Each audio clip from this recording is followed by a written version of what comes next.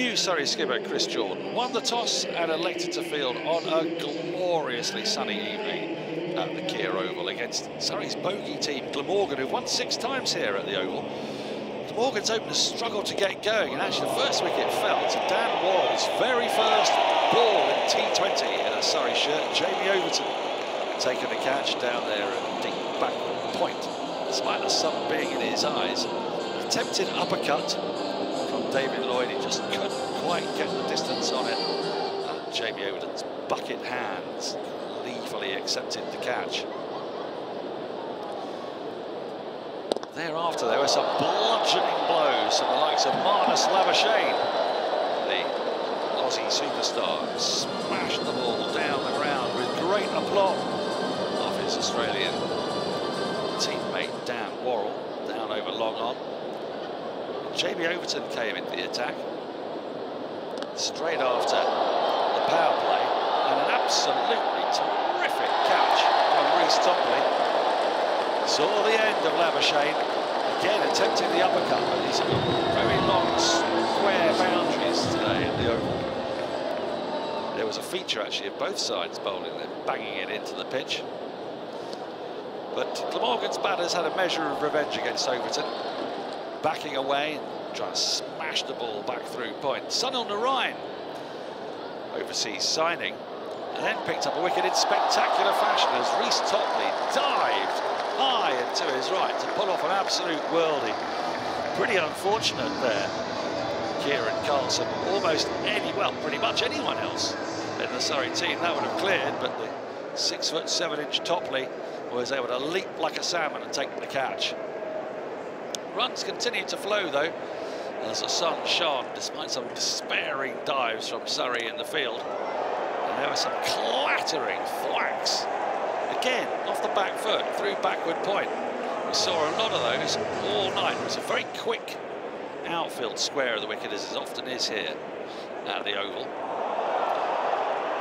Anything too short was then pumped into the seats on the Hollingford Road side.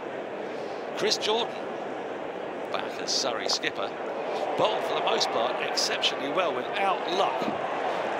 But as the Glamorgan innings reached its last 3 or 4 overs, there were some mighty blows dealt. Sam Curran eventually broke the partnership when Dan Worrell took a fine catch in front of the dugout to break that partnership between North East and Cook.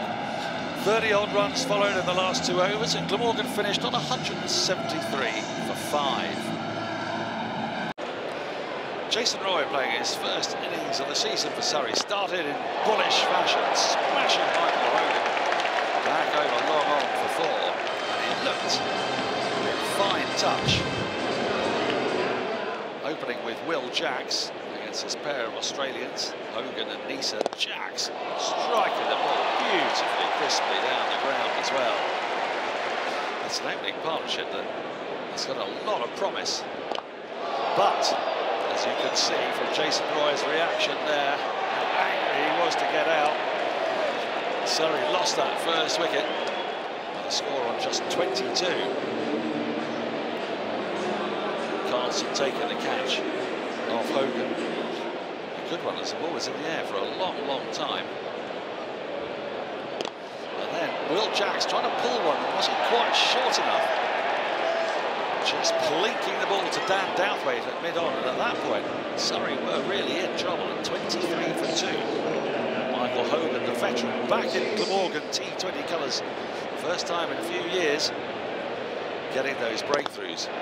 But my word, another Surrey player returning, Laurie Evans, was joined by Ollie Pope, and between them they struck some fine blows. Pope was particularly severe. Prem Sissodia square of the wicket. A hard shot to pull off today, and with little fine touches, a bit of finesse in that sweep as well. Very quick outfield, the ball racing away to the boundary. So despite that poor start, Surrey really started to get back ahead of the chase. But when Laurie Evans was caught down at long on,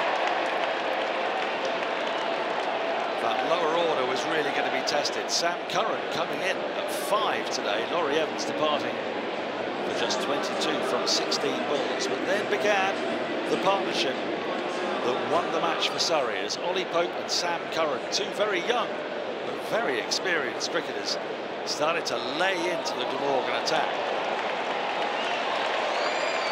Ollie Pope tended to keep the ball on the ground most of the time. It was very strong square of the wicket.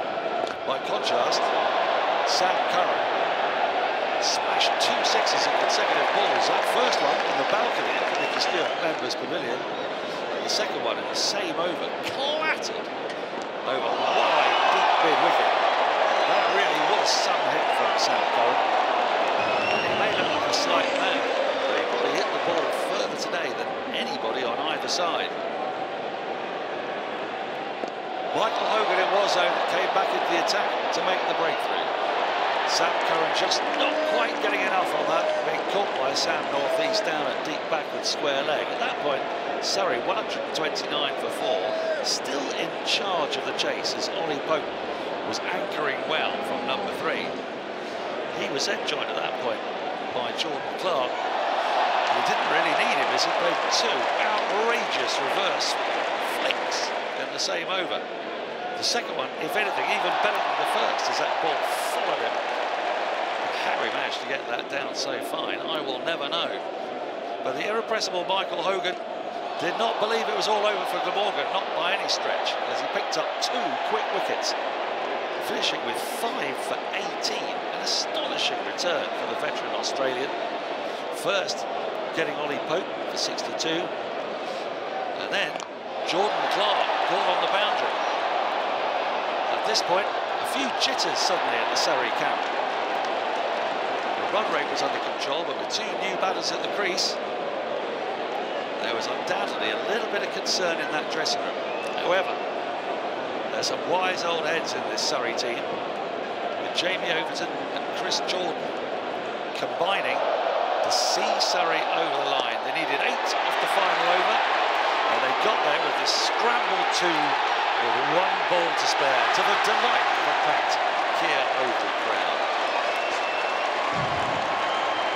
So, Surrey begin their Vitality Blast T20 campaign with a victory by 4 wickets with 1 ball to spare.